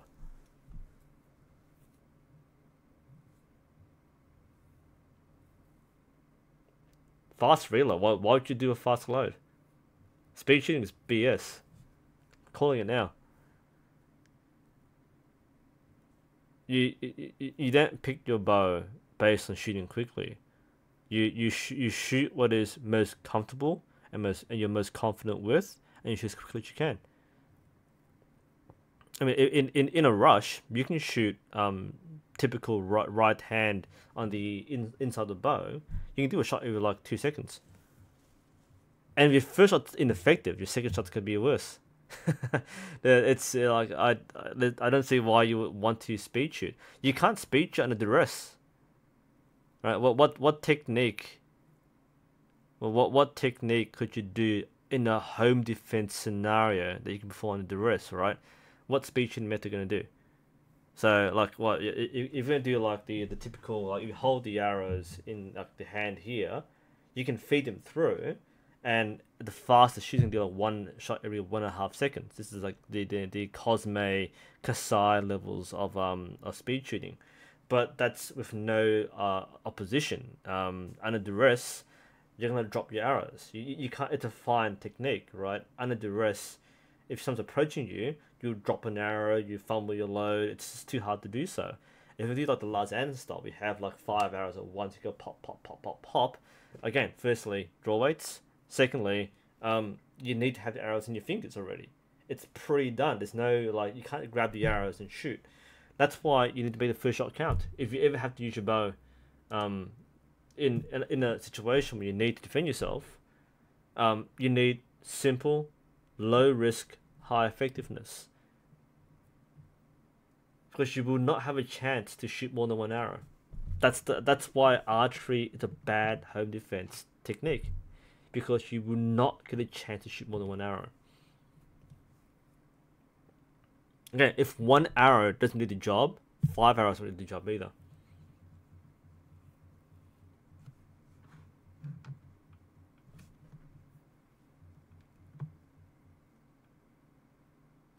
The bowstring's garrote.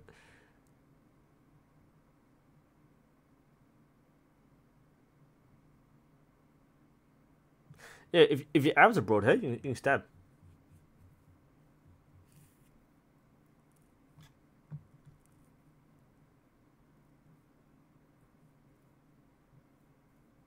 If you talk about Legolas in Lord of the Rings, he doesn't speed shoot. There's like maybe one scene where he does like a rapid 2-shot, but he doesn't. It's actually from the quiver, and it's CGI too, but it's missed from the quiver. Yeah. Well, I think we've sidetracked enough with the home defense stuff. We've gone through our 4 videos. Hopefully that you found it really helpful. A lot of good techniques there we're looking at. If you've made it this far, then you're probably just like, kicking back and listening to this podcast, I guess. But yeah, hopefully you find it interesting. I haven't done one of these for quite a while, and hopefully you find it's beneficial to you. As usual, if you want to send in your own form check videos, then send an email, new.sensei.archery@gmail.com. I would normally do these hopefully once a month, or if I have enough. I normally wait for like 3 or 4 videos. We'll fire off another form check. More the better. Otherwise, you end up talking about random stuff like zombies and home defense. Anyway, hope you found this interesting and helpful. As usual, this is NUSensei. Thank you for watching. I'll see you next time.